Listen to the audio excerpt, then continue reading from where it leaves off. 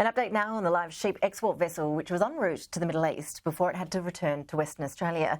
The federal government ordered the ship to divert last week after Houthi rebels attacked in the attacks we've seen from Houthi rebels, rather, in the Red Sea. Let's bring in Crystal Wu. She's live for us in Fremantle. Crystal, what's the latest?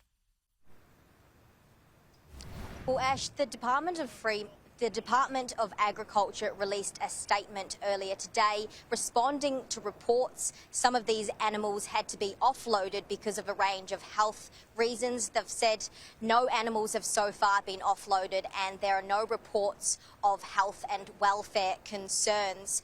But the MV Bahija arrived in Fremantle at 4 a.m. this morning. On board there are about 14,000 sheep and 2,000 live cattle.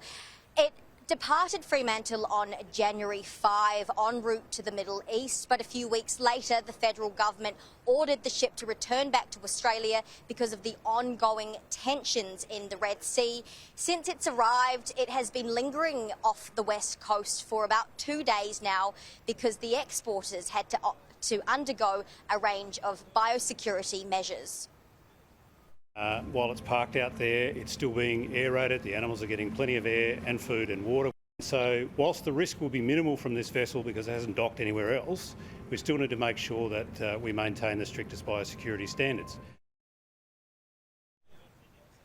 Ash, it is another scorcher today. Temperatures are expected to reach up to 40 degrees here in Fremantle. Animal activists are protesting against this, saying it's unethical for these animals to remain on board after 26 days.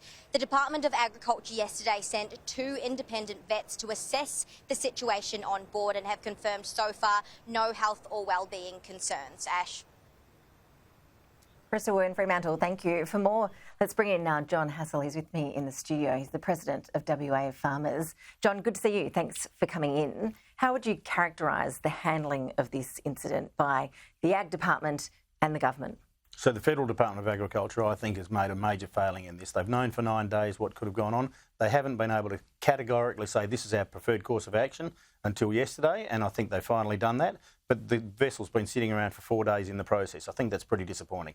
Why has it taken so long? Has there been any explanation? Well, no, there hasn't. But you can only guess that Murray Watt either told them to be slow or that they were incompetent or they deliberately went slowly themselves. So then there's got to be an explanation. I think heads have got to roll over this. It's been pretty disgusting.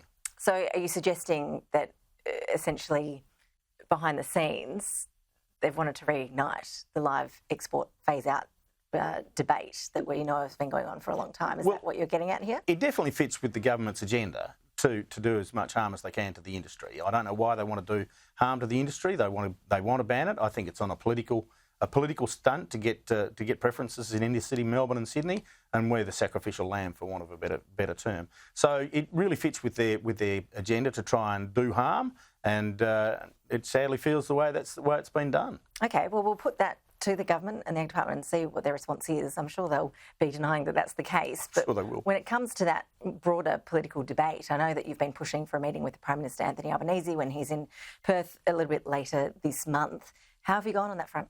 Well, he's just sent us a letter to say that he's a very busy man and he gets lots of calls for meetings, but he won't be meeting with us. Has he ever met with anyone in the live export trade over here in WA, as far as you're aware? Not that we're aware of. And, you know, the point was made to me that whenever he gets in a plane, he looks out the window and there's agriculture. It's pretty important to this country, and he's just ignoring us. I think it's a pretty poor way to treat an important industry. This decision, though, to phase out the live sheep trade doesn't come as a surprise. This is something that Labor has taken to a couple of elections. So why would you expect them to change their mind now? Well, I think it's a political decision. It's not based on science or evidence. It's a stunt with the Animal Justice Party and the Greens to get preferences. And I think we are the sacrificial lamb. It's nice and easy. They're not going to well, they say they're not going to change their minds, but we've got to make it political as well. And if we have to, then we will. We're going to see Josh Wilson this afternoon to tell him our course of action. We're not going to be able to change his mind. He's a zealot. So we're going to tell him that what we're going to do. We've seen it happen in all the European countries where there's been an uprising of farmers, and the Dutch Parliament's the really clear example where they've got 16 people elected to the legislature. We are looking at doing the same sort of thing. We've got 5 bellwether seats in Western Australia. If they're Labor seats, then it becomes a Labor government. If they become Liberal seats, it's a Liberal government. We're going to target those. Well, we know Josh Wilson, the MP, is a strong advocate for animal welfare. Calling him a zealot might be going a step too far. I'm sure that he would reject that accusation. But when it comes to the politics of how this is going to work in terms of targeting those marginal seats, how much of an impact do you expect you might be able to have in terms of actually turning seats and making this a vote winner? Well, it's very marginal. They're very marginal seats, very, very marginal seats. There doesn't have to be much of a swing. We know the government's on the nose. We know the government's own polling, Redbridge polling, shows very strong support for the live trade in those electorates. And Rick Wilson, who's the member for O'Connor, has raised quite a large amount of money to do advertising via Facebook and other social media to get the message across that this is an important industry and will cost jobs, and it will cost the state in terms of export income. I mean, originally the decision was made by Labor in response to horrific conditions that were found to be on board these ships. We know that thousands of sheep died in one particular incident that really sparked off this debate several years ago now. In terms of this current ship out there now, it has been a heat wave in Perth in the last few days, as Crystal Wu just took us through. Then there have been some significant concerns from animal rights activists about the conditions on board and how those sheep are faring. What is your understanding of how they're doing? Are they okay? Oh, they're very well. I've got photographs of the animals on the ship, and they're in very good condition. I spoke to the exporter this morning. They're in very good condition. There are no sick animals. They're coming off for the ship to reduce the density so that they can take the longer voyage around the Cape.